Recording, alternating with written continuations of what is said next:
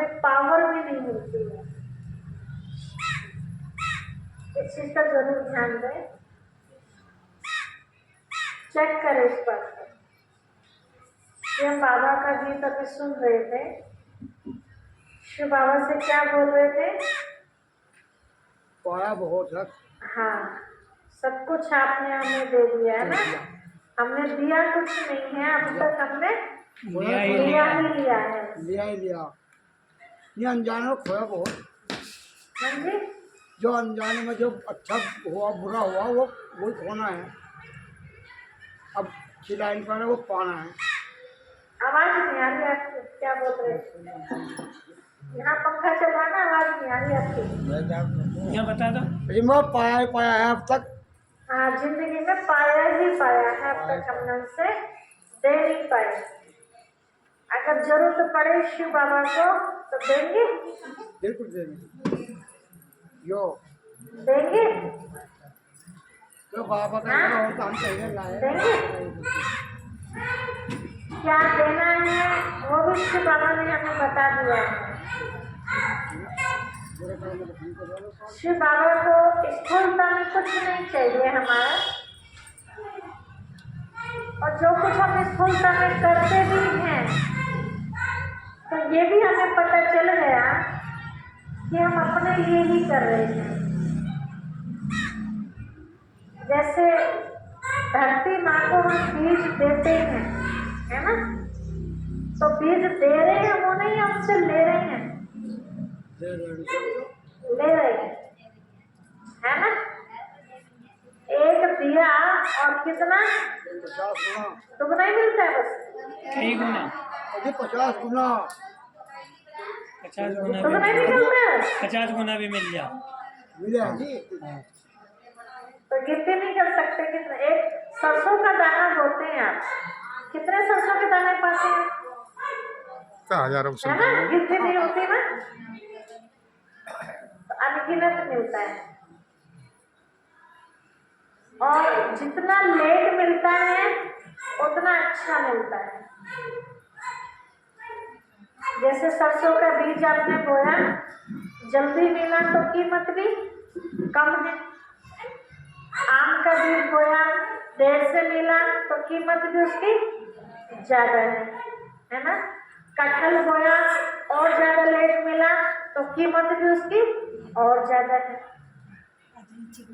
वैसे जो भी हम कर्म करते हैं, जितना लेट उसका फल मिलता है, चाहे वो पाप हो चाहे वो पुण्य हो, उतना वो बढ़ चढ़ करके मिलता है।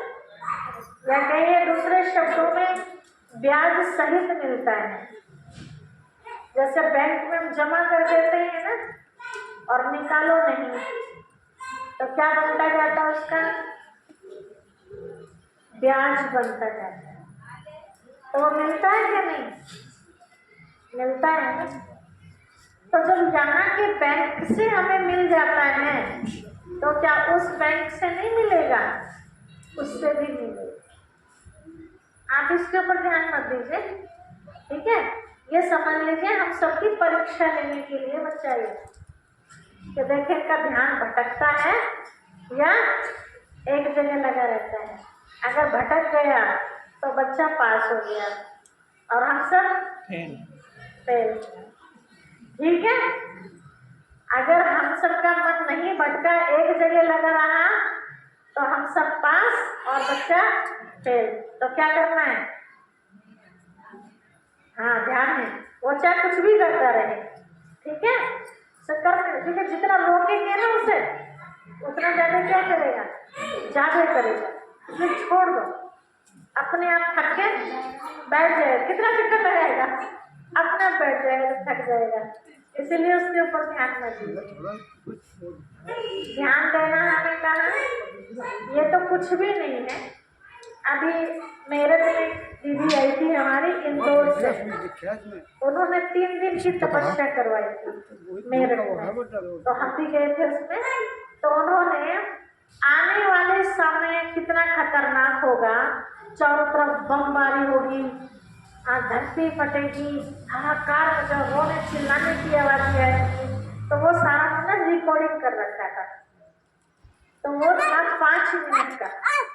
उन्होंने वो उसमें डीजे में बजवाया, वो हाहाकार, और योग में बैठाया सबको, और सबको चेक कराया कि अपने आप को चेक करो कि बुद्धि शिव बाबा में बस वो लाइट पड़ रही है मेरे ऊपर, बस उसी दृश्य में खोए हुए हैं, या वो बमबारी में हलचल में आ रहे हैं। तो हर एक को चेक करने के लिए लगभग थे 550 के आसपास भाई बहन, 550 के आसपास भाई बहन थे।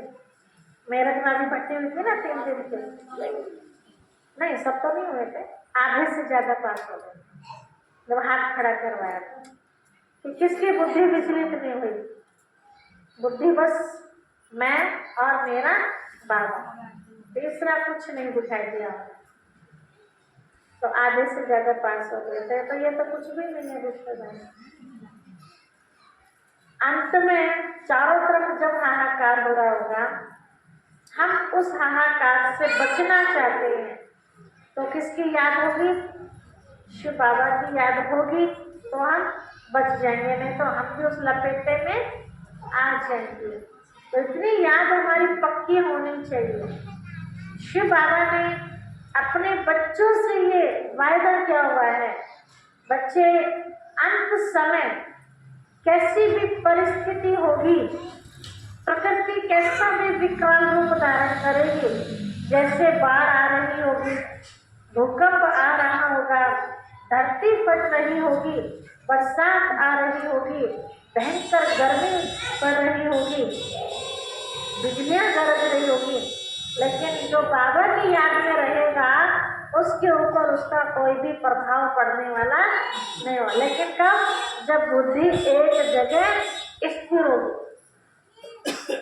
ठीक है, ये बताया प्रैक्टिकल की, समझो बाढ़ आ रही है और आपको पता चल गया कि बाढ़ आ रही है, आप उसी जगह जहाँ भी हो, खेत में हो, घर में हो, छत पे हो, कहीं भी हो, आप बैठ जाइए, मन बुद्धि को शिव बाबा में टिका दीजिए, सारी दुनिया को भूल जाइए। तो पानी ऐसे चला जाएगा, ऐसे चला जाएगा, और आपके 1 मीटर के चारों तरफ उसके अंदर का हिस्सा सूखा रहेगा। बाढ़ भी आपका कुछ बिगाड़ नहीं सकेगी।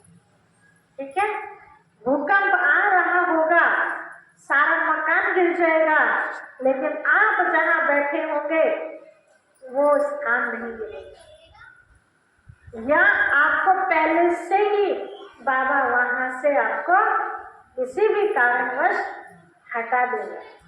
कोई भी बहाना पैदा करेगा और आप उस मकान से निकल जाओगे, और देखा जैसे निकले वैसे ही गिर गया।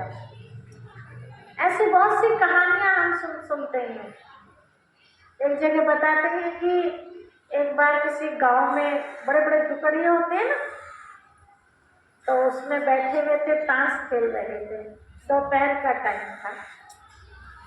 कुछ खेलने वाले होते हैं, कुछ देखने वाले भी होते हैं। तो अचानक से बहुत तेज बारिश आई तूफान के साथ। थोड़ी देर में देखा तो वो भी दुपहिया भी हिलने लगा, तो आपस में फिर हलचल होगी, ताश खेलना तो भूल गए। अब किसकी याद आएगी? भगवान की याद आएगी। जब भी तो खेलने गए, जब भी खेल रहे, लेकिन मुसीबत आई पड़ी ना, तो भगवान याद आया। तो किसी ने कहा कि हम में से कौन ऐसा है जिसने ऐसा पाप किया हुआ है जो ये हिल रहा है?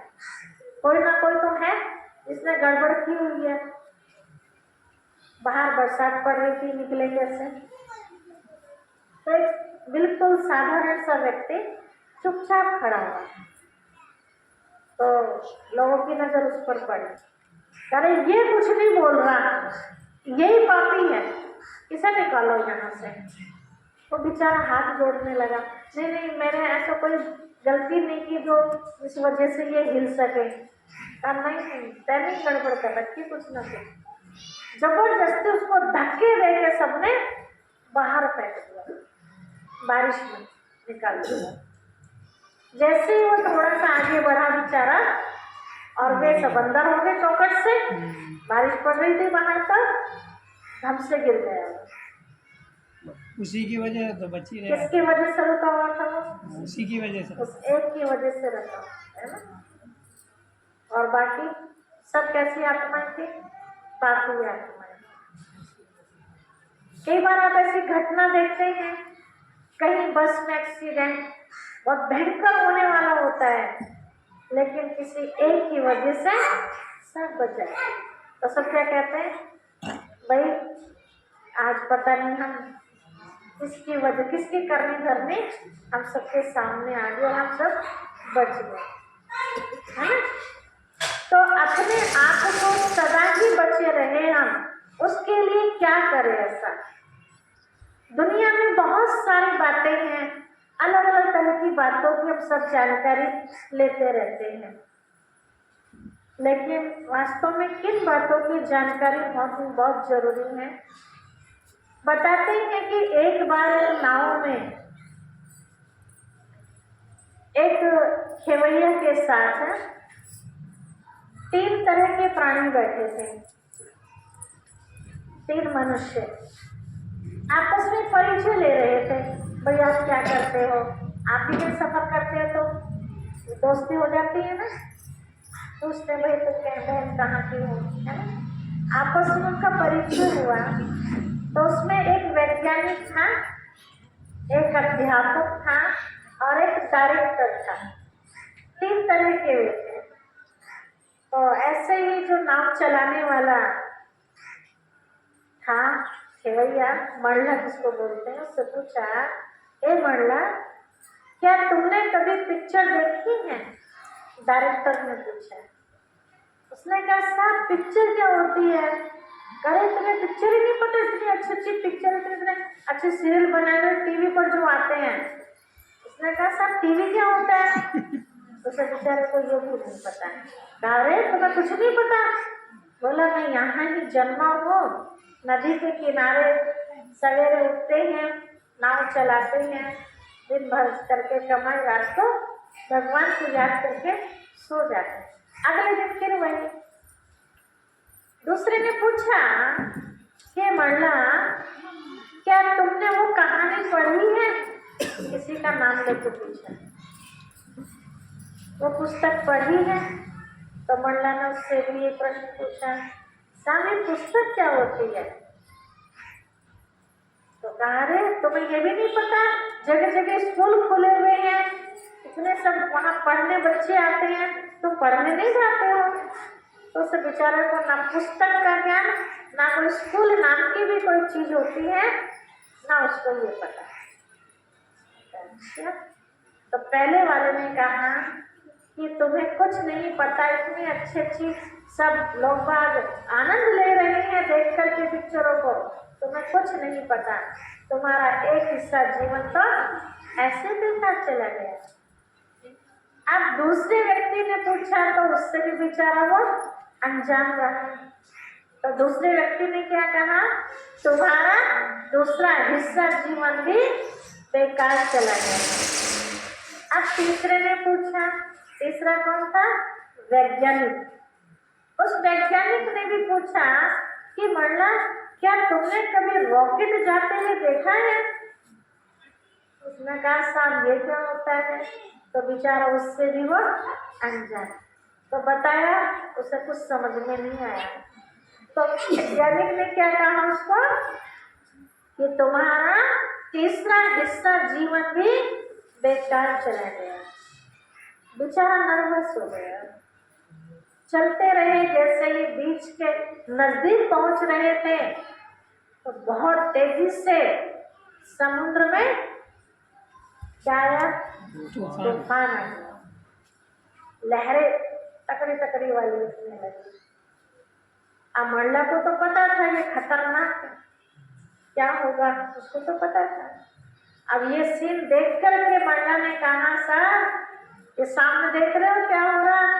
पीछे हट नहीं सकते, बहुत टाइम में बचने का कोई मतलब ही नहीं बैठता, हम लोग फंस चुके हैं। क्या आप में से किसी को तैरना आता है? बोला नहीं, हमें किसी को तैरना नहीं आता। तो मोल्ला ने क्या कहा कि मुझे तो तैरना आता है, मैं तो भगवान की याद में तैर के पार हो जाऊंगा। तो मेरा तो चौथा हिस्सा जो बचा हुआ था, तो मेरा तो सारा ही बच गया, और आप सबके तो सारा ही डूब जाएगा। तब उनको लगा कि क्या जरूरी है, क्या जरूरी है, इतना दुनिया का ज्ञान होना जरूरी नहीं है जितना अपना और उस पिता परमात्मा का और कर्मों का ज्ञान होना बहुत जरूरी है। तो ज्ञानी किसे कहेंगे? जो अपने जीवन में अपने आप को सदा सुखी बनने का रास्ता ढूंढ ले, उसको ज्ञानी कहेंगे। और जिसके पास रास्ता ही नहीं है, समय उसके लिए ऐसे ही बर्बाद हो रहा है, खाना पीना सोना कमाना, बस इससे ज्यादा उनको कुछ नहीं पता। तो यहाँ क्या सिखाया जा रहा है? यहाँ तैरना ही तो सिखाया जा रहा है आपको। वो तो स्थूल पानी की बात थी, आज सारा संसार क्या बन गया है? ये भवसागर बन गया है। हम इस भवसागर में सब फंसे हुए। इस भवसागर से अपने आप को बाहर निकालने के लिए किसकी याद चाहिए? शिव बाबा की याद चाहिए। उनकी याद होगी, सही तरह से उनके डायरेक्शन पर हम चलेंगे तो हमारे जीवन रूपी नैया सही तरीके से पार हो सकेगी। अगर सुनने के बाद, समझने के बाद भी हम वही गलती करते हैं जो पहले से करते आ रहे हैं, तो जीवन नैया पार होगी या डूबेगी? क्या होगा? डूबेगी। अच्छा, आज हमने देखा आते ही पंखा चलाने के लिए अंदर प्रवेश किया, तो वही गलती कर रखी थी जिसके लिए मना किया हुआ है। कौन आते मंदिर में? आप में से कोई आते? आप आते हैं। चल, दूध भी चढ़ा रखा है, तब तक कोई नहीं। दूध आपने चढ़ाया? अच्छा, कोई और ने चढ़ाया। दूध भी चढ़ाया हुआ है, मिठाई भी रखी हुई है, चीनी के दाने भी रखे हुए हैं, अभी भी देख सकते हैं।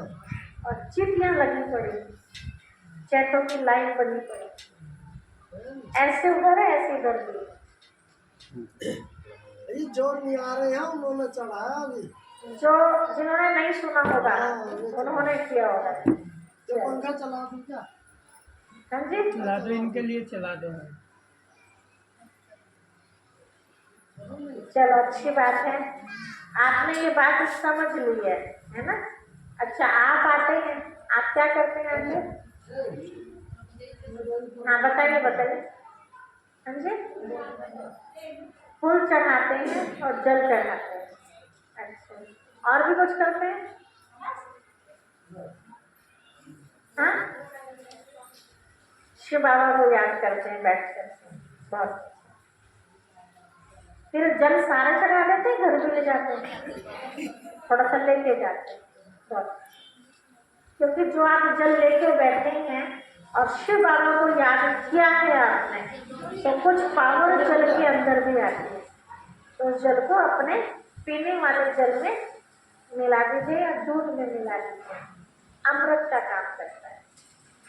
और आप एक बहुत अच्छा तरीका भी कर सकते हैं, आपके घर में जो पूजा का स्थान बना हुआ है ना, तो भोग के बर्तन होते हैं ना, कई तांबे की लुटिया रखते हैं, है ना, पीतल की, चलो तांबे पीतल की नहीं भी है आपके पास, स्टील की नहीं, वो भी नहीं है, ठीक है, मिट्टी का बर्तन तो होगा, छोटे छोटे करवे भी आते हैं ना, सबके घरों में मिलते हैं।